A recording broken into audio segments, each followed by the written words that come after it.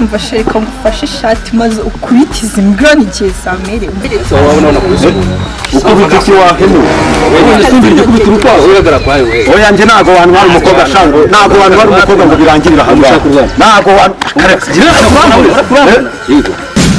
none nareshya gutya none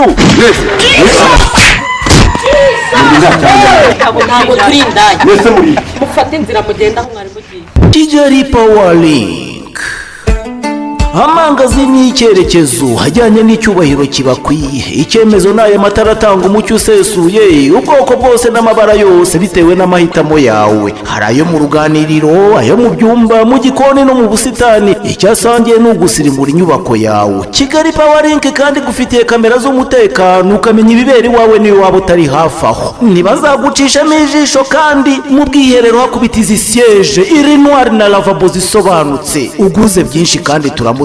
Ihesha agaciro rero kandi ku giciro cyiza. Twimukiye mu gakiriro ka Gisozi mu nyubako Umukindo House. Telefone ni 0791240023.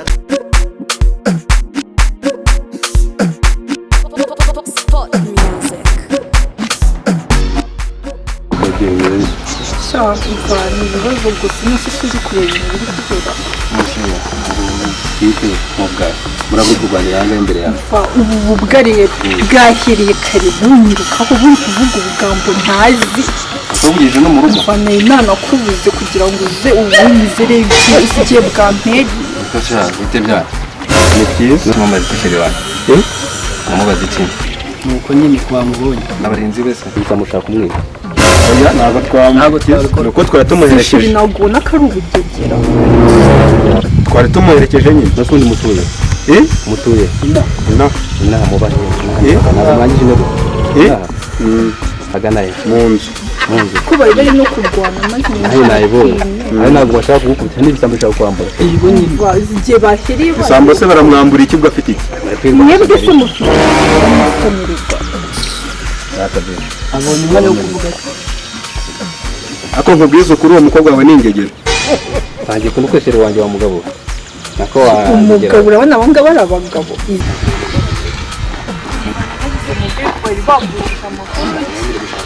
je nakubwiye ngo uzi ikintu gikurikiyeho je nta kuntu wanjyana umukobwa mbona uri imbwa nkanjye ngo birangirira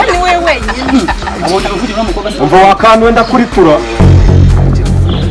nagakunze ariko ndagakunze twanarebye nabi nanjye ukunda abantu urasute we wamba iki se umukobwa yagutse guringegera nashira navuga ariko ahubwo se uzi ikintu gikurikiyeho reka tubakubite urukundo reka tubakubite ku buryo oya ku buryo bazajya baratubona ntibadusuzugure sha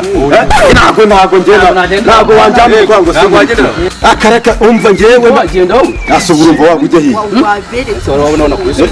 ukubita iki wahemewe Sinzi kubita urukwavu uragara kwawe we. oya njye ntago wantu hari umukobwa shango ntago wantu hari umukobwa ngo birangirira hamwe ntago none unareshya gutya none ubu Mwese.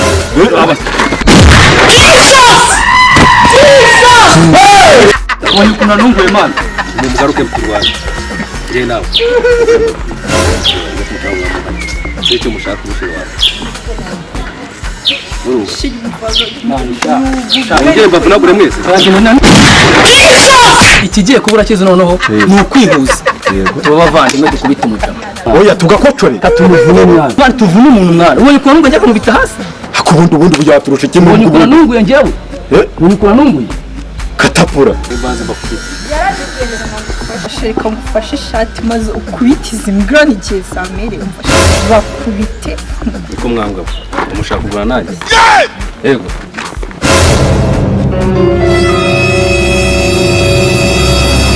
gupfa none twapfa ejo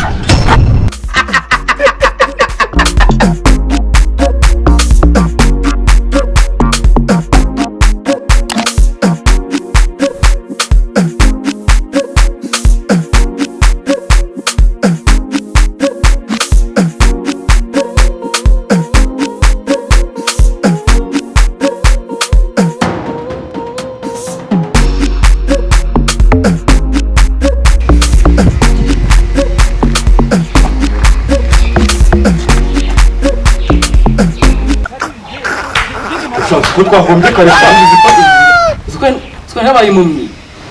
niko tubimenya sha tukaza kwigurira indaya hakiri kare Singizi dore neza. Nguki Yo mbimenya nkaza kwigurira indaya. kabaye. kandi se sha baranahenda 500.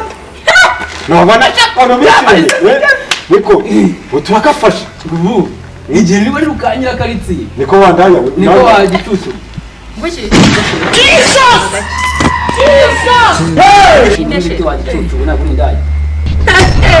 ahubwo se nk'ibi biba bihubutse urabona uburyo bije byiruka ese naguriye mujye mugira disipurine we naguriye indaya wowe Niko. ahubwo se muturutse Namasiye biyemera se.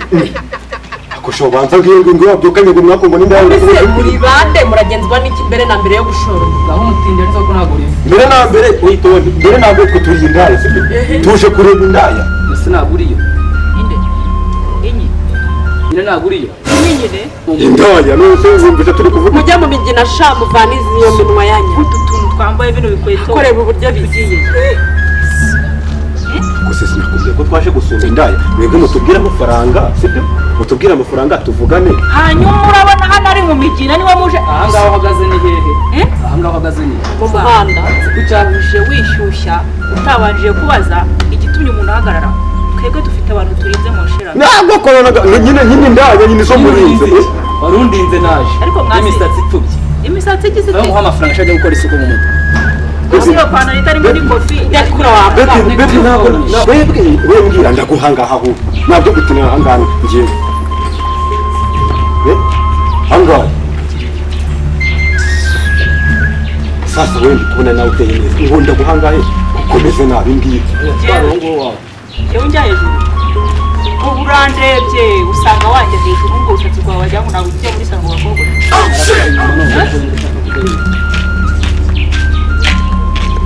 ese muhagaze ahangaha mushaka iki basi ngamumbwire uragishinzwe se wowe uragishinzwe mbere na mbere nk'igihe witwa It was at this moment that he knew.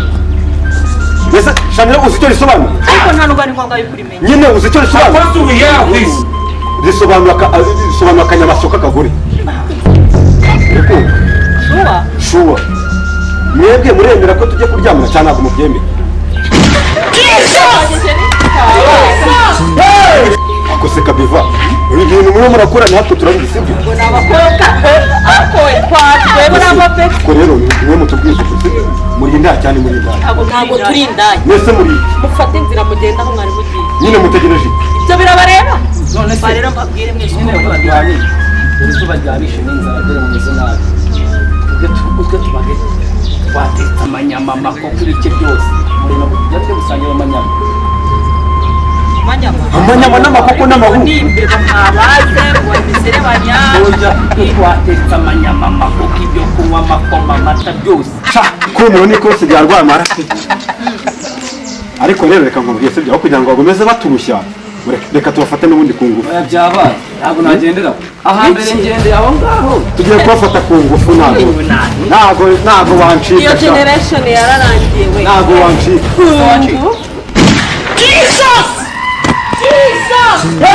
bino bibwara uko bimeze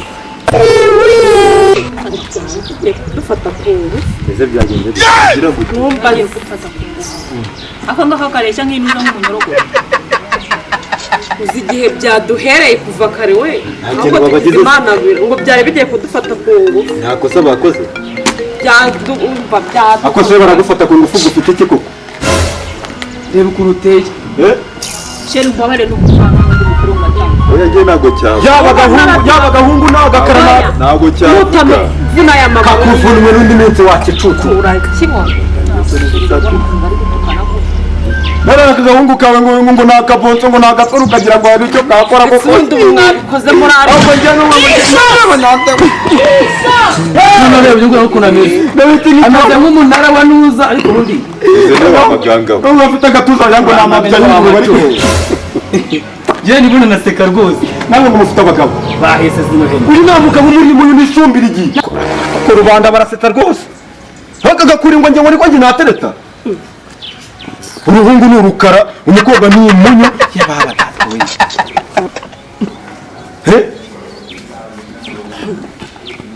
mu biki aragiye gufata ariko noneho wese wishinga wanshinze nyagufatwa amabya we ngo urafata ku ngufu mfata ku ngufu ino hene yawe se wabonye ikimaza kirongora inyagazi ihene ninde ni uyu mukuru uyu wabonye inyagazi ukabise kurumba njye ngabikimaza kakaginga nkakubi ako sheri ngiye ntabwo nakome ukara bite ako ikibaye risakuza wa mbwa uravuga ubu natubu banza ugishyiremo cyakoze gwereka ntakihoreye Mama n'urukara wowe ufite umutwe wagira ngo ni inkono itekeye imyaka 5 none niwe nari ndimo ndabwira ndetse wagira ndimo ndabwira wa muhungu tutuguru tumeze nk'imishimari ubona imishimari ni yaso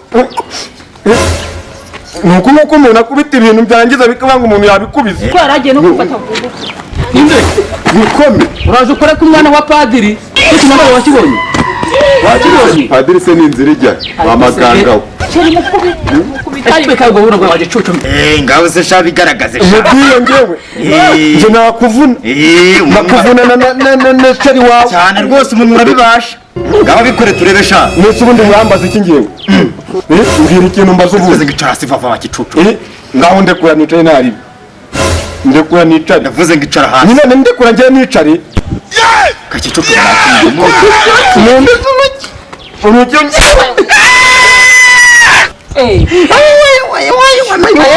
njya nkubita rero ndetse ubu nyine wanze yese nabikubwiye unje dineze sura wanzanye seba wantutse nuko kushaka ko kagatise kanje kandura ibyo matise birandeba wambwa we ariko sheri uyu mbwa nutayikubita ngo umva uyu munsi yarangiza kupanza akubona ko nani se n'umufite ko kubwo ngubwo nase ubundi n'umukobwa n'ugiye kudutiteranya reba yadusuzugura wa inzara yarakwishe warigonza abe nk'umuheto uri mukuzana ibigambo byaho ngaho wese ko wabyinje nk'intumbi agatise mbabarira bafata ubwana bw'uruhinja rero bararushuka wumva se ko ndi gubyineka hamwe sha asubwo nta n'isoni uba ufite none se wambabarira iyo tubona bivuze ngo dusabage imbabazi neza ugiye kunyica ugiye kuguha akantu ku buryo no mu buzima uzajya uzi ko naje natanariye